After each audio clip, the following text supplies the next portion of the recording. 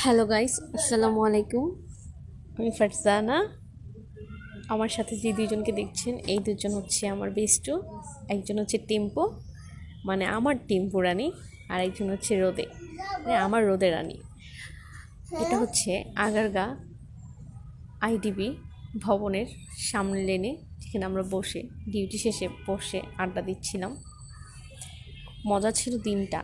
আমরা খুব শয়তানি করছি, সবাই সবাই না, মোটামুটি আমি আর আমার দুই বেস্টু আমাকে বারবার বলতেছিল এবার অফ যা, অনেক শয়তানি এসছে, অনেক ছবি তোলা এসছে, এবার অফ যা। কারণ হচ্ছে সবাই দেখতেছিল আমরা যে হাসাহাসি করতেছিলাম এইটা। বাট আমার কাছে কেন জানি না খুব ভালো লাগতেছিল, তাই আমি যেখানে আছি সেখানে শয়তানি নাই, হাসাহাসি নেই, তা তো হবে না। খুব ভালো লাগতেছিল। আর সত্যি কথা বলতে আমার খুব ইচ্ছে ছিল আমার দুই বেস্টুকে দুটো প্লেট হাতে দিয়ে এখানে বসাই দিতে, যদি কিছু ইনকাম হয়, আর সেটা দিয়ে যদি আগারগার সামনে থেকে বেলপুরি খেতে পারি। বাট আফসোস, প্লেট কোথায় পাবো? প্লেট আনতে তো সে অফিসে যাওয়া হচ্ছে। আমরা প্রায় ডিউটি শেষে আড্ডা দিই, কজ হচ্ছে আমাদের অফিস একই জায়গায় আমরা কাজ করি। তো আমাদের প্রায় 7-8 ঘন্টা একসাথে থাকা পড়ে, খুব আনন্দ হয়, খুব মজা করি আমরা।